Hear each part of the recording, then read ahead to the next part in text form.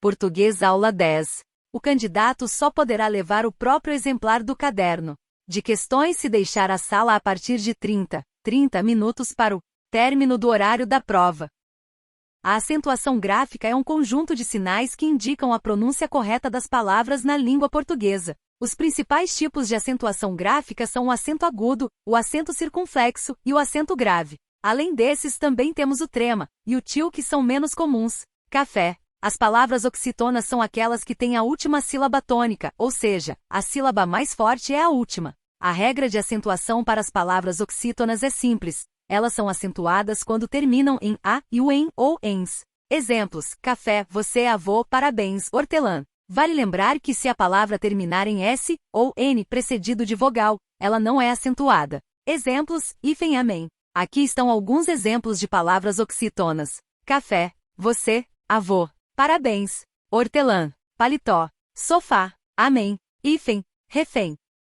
As palavras paroxítonas são aquelas que têm a penúltima sílaba tônica, ou seja, a sílaba mais forte é a penúltima. A regra de acentuação para as palavras paroxítonas é que elas são acentuadas quando terminam em a e o em ens e u r, l, x, n ou ps. Exemplos: fácil, pônei, hífen, álbum, táxi. Vale lembrar que se a palavra não terminar em nenhuma dessas letras, ela não é acentuada. As palavras paroxítonas são aquelas que têm a penúltima sílaba tônica, ou seja, a sílaba mais forte é a penúltima. A regra de acentuação para as palavras paroxítonas é que elas são acentuadas quando terminam em a e o em ens e u r, l, x, n ou ps. Exemplos: médico, fácil, pônei, hífen, álbum, táxi. Vale lembrar que se a palavra não terminar em nenhuma dessas letras, ela não é acentuada. Exemplos: mesa, livro, feliz, mesa, livro, feliz.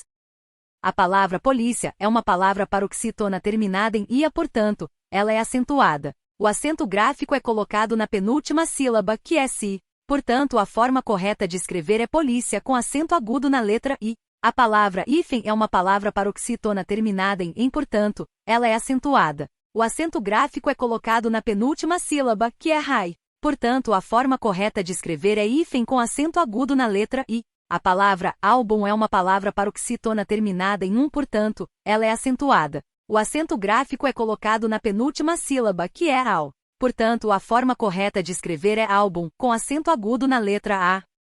A palavra habitat é uma palavra paroxítona terminada em et, mas não é acentuada.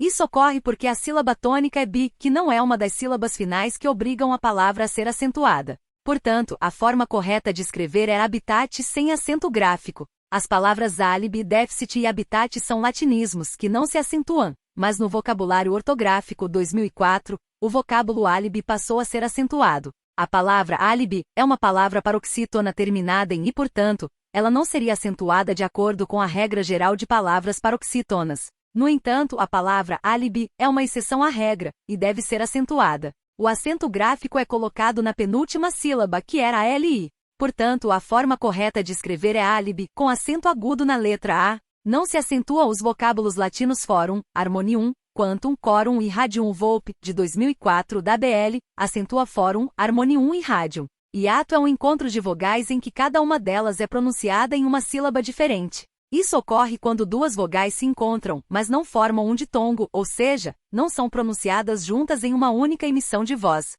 Exemplos de palavras com hiato são saída, herói, caos, país, entre outras. Acentua-se a segunda vogal tônica do hiato, i ou u, seguida ou não de s. Saúde, saída, egoísmo, balaústre, Ataíde, construí-los, Luiz. A Lei nº 13.060/2014, sancionada em 22 de dezembro de 2014, disciplina o uso dos instrumentos de menor potencial ofensivo pelos agentes de segurança pública em todo o território nacional. Essa lei estabelece normas para o uso de armas não letais, como sprays de pimenta, gás lacrimogênio, balas de borracha, entre outros, pelos agentes de segurança pública. O objetivo é garantir a proteção dos direitos humanos e a integridade física e psicológica dos cidadãos, bem como dos próprios agentes de segurança pública. A lei também prevê a capacitação dos agentes para o uso adequado desses instrumentos e a responsabilização em caso de uso indevido ou abusivo. Alguns exemplos de armas não letais são: sprays de pimenta, utilizados para incapacitar temporariamente o agressor; gás lacrimogênio, utilizado para dispersar multidões e controlar tumultos; Balas de borracha, utilizadas para conter pessoas violentas, mas que não oferecem risco à vida. Tasers, arma que emite choques elétricos para incapacitar temporariamente o agressor. Granadas de efeito moral, utilizadas para criar ruído e luzes intensas, com o objetivo de distrair e desorientar o agressor. As algemas são um instrumento de contenção utilizado pelas forças de segurança pública para imobilizar e prender indivíduos que representam uma ameaça à ordem pública, à integridade física de outras pessoas ou a si mesmos. As algemas são utilizadas para evitar que o indivíduo fuja, se machuque ou machuque outras pessoas durante a prisão. O uso de algemas deve ser sempre justificado e proporcional à situação, e não pode ser utilizado de forma abusiva ou desnecessária. Além disso, a pessoa algemada tem o direito de ser tratada com dignidade e respeito, e deve ter assegurado seu direito à defesa e ao devido processo legal. A taxonomia do direito administrativo é o estudo das relações do direito administrativo com outros ramos do direito. Essa área do conhecimento visa identificar e analisar as interações entre o direito administrativo e outras disciplinas jurídicas, como o direito constitucional, o direito tributário, o direito ambiental, o direito penal, entre outros.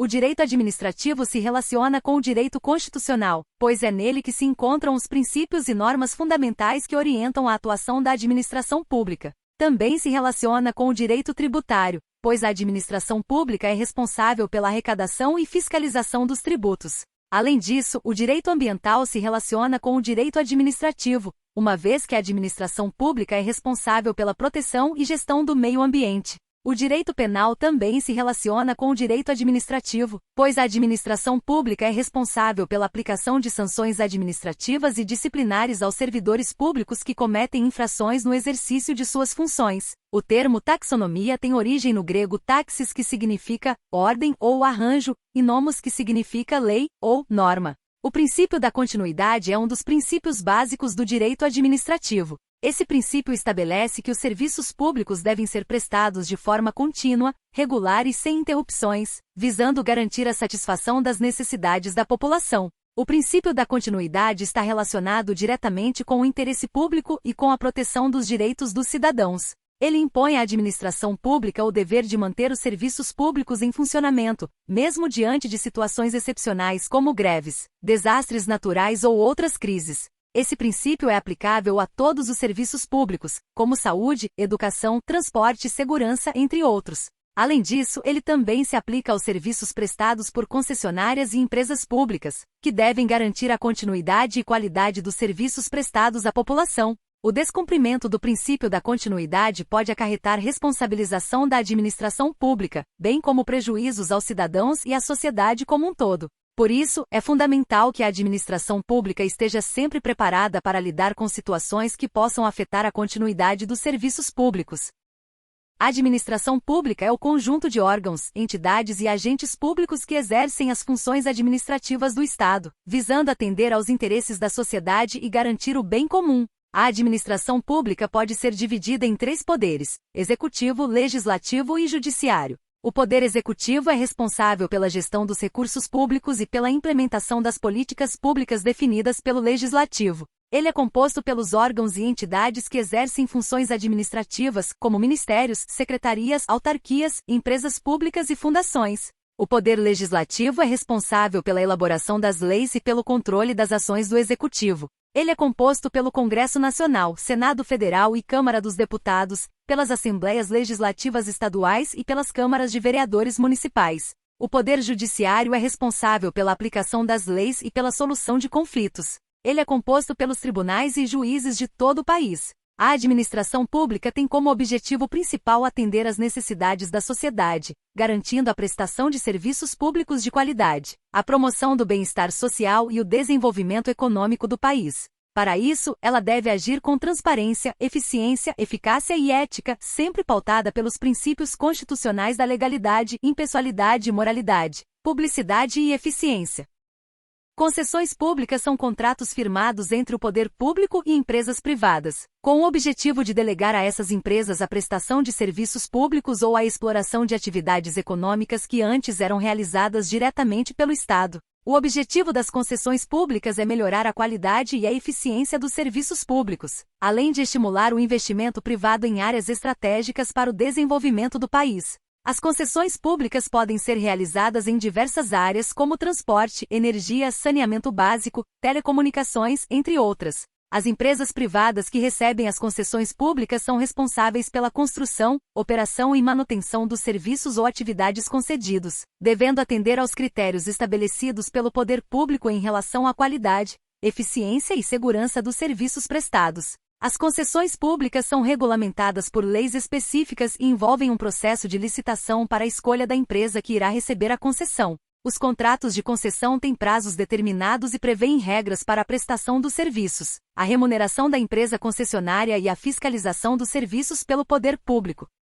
Terceiro setor é um termo utilizado para se referir ao conjunto de organizações sem fins lucrativos que atuam em áreas de interesse público, como assistência social, saúde, educação, cultura, meio ambiente, entre outras. Essas organizações são chamadas de Organizações da Sociedade Civil, OSCS, e podem ser instituições religiosas, associações, fundações, cooperativas, entre outras. O terceiro setor surgiu como uma forma de complementar a atuação do Estado e do mercado na promoção do bem-estar social e na solução de problemas sociais. As organizações do terceiro setor atuam em áreas que muitas vezes são negligenciadas pelo Estado ou que não são economicamente viáveis para as empresas privadas. As OSCS têm como objetivo principal promover o interesse público e a melhoria da qualidade de vida da população, por meio da prestação de serviços, projetos e programas sociais. Elas atuam de forma independente em relação ao Estado e ao mercado, buscando recursos financeiros por meio de doações, convênios, parcerias e outras formas de captação de recursos.